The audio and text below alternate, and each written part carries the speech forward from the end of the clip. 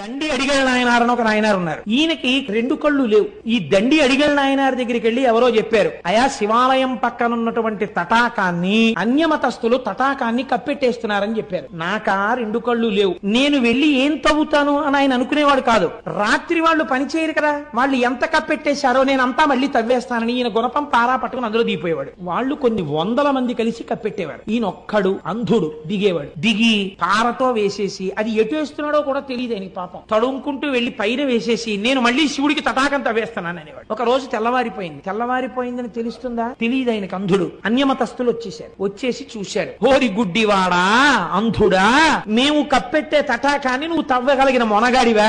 నువ్వు తవ్వుతావురా అంధుడివి అన్నాడు. ఆయనకి ఎక్కడలేని కోపం వచ్చేసింది, మూర్ఖత్వం వచ్చేసింది. ఆ కోపంలోంచి ఏమన్నారా? నన్ను అంధుడు అన్నారా?